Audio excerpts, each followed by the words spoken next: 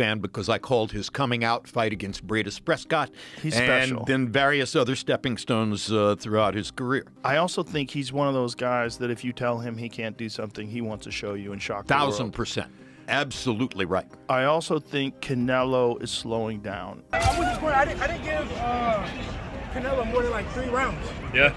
Maybe 4 if I'm just being generous. You know, becoming the first undisputed world champion in the 4-belt era in 3 different weight classes. Really, and the way he did it, and you know, the class that he showed.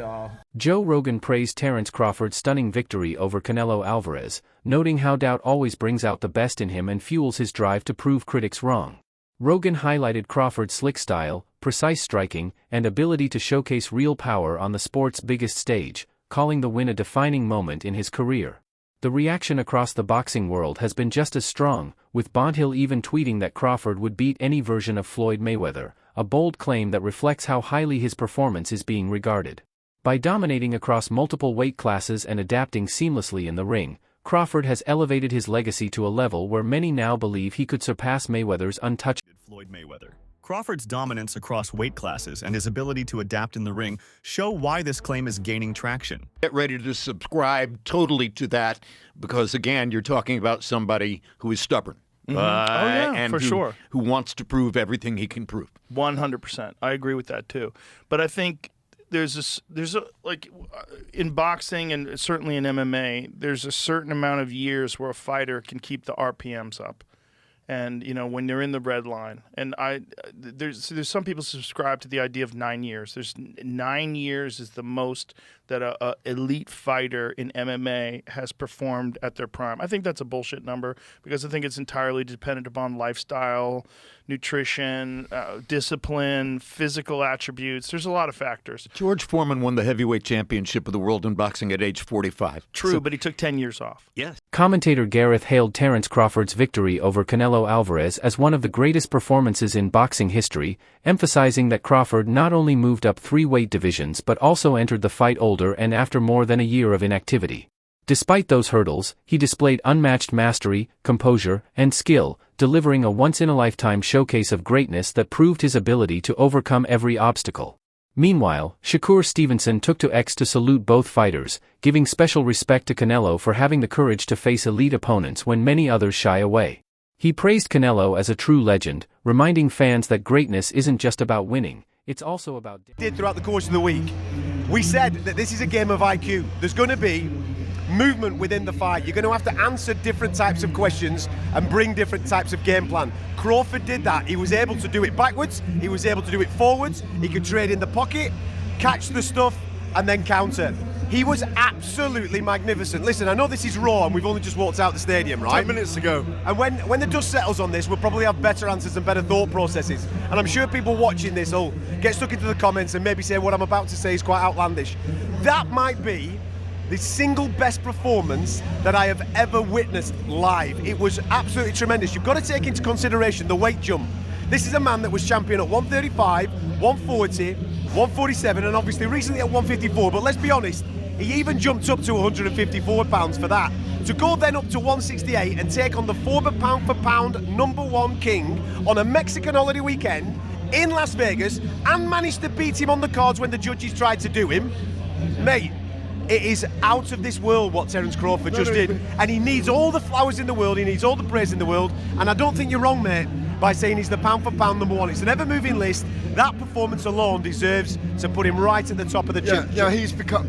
There's an argument that he becomes an all-time great with that performance, like you say, because the majesty, the poise, the presence all week, the pinpoint accuracy of everything he did in there, to the fact that in the end Canelo was frustrated and knew he couldn't do anything to Crawford, and he started... Visibly frustrated, wasn't it? No, visibly... Paulie Malignaggi stressed that Terence Crawford's triumph was truly historic, noting that becoming an undisputed champion in 4 weight divisions is an extraordinary feat, made even more remarkable by the way he did it against Canelo.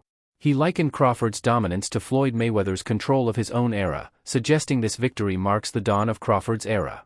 For Malignaggi, the win was far more than just another notch on Crawford's record, it symbolized a seismic shift in boxing, establishing him as the defining fighter of and honestly has barely lost a round. When you look back at Bud Crawford's career, there is something really special. It's one of those things now, because now I've now seen back-to-back generations of Floyd Mayweather and Bud Crawford, and man, you know, it's one of those things where now I understand why the people that lived in the Ray Leonard era say, you know, oh, wish we could see Ray Leonard against Mayweather, and how that would be. Because it just leaves such an empty feeling when you have such special fighters that were in different generations, and you saw both of them. You know, I saw the entirety of the Mayweather generation. I saw the entirety of the Bud Crawford generation. Just incredible. Really, really incredible. And I know Mayweather gets a lot of hate, but for me, he's a tremendous, tremendous fighter. And Terence Bud Crawford is in that realm as well. And it's a fight we'll never get to see. So what are we going to do, you know? It'll be up to the fantasy fights, you know. But let's get into it, man. I want to get into the undercard as well and some of my thoughts on the Netflix show. But let's get into the main event first. Crawford really boxed very, very well, very, very intelligently. The question mark was what happens when Crawford gets hit cleanly. I'm not sure he got hit cleanly the whole fight. You know, he got hit with some partial shots. Some shots landed cleanly, but by the time Canelo started landing anything cleanly, I think he was hesitant because he was getting countered so much that he was taking some of the steam off the shots in order to hope to be more accurate. Because even late in the fight, they were... Devin Haney's reaction captured the scale of Crawford's dominance, as he dismissed any notion that Canelo was ever truly in control, saying he couldn't award him more than 3 or 4 rounds at most. His remark served as both an analysis and a challenge, underscoring just how convincing Crawford's victory was while hinting that even the sport's brightest young champion no longer views Canelo as the untouchable force. How'd you score it, Devin? I wasn't scoring. I didn't give Canelo more than like 3 rounds. Yeah?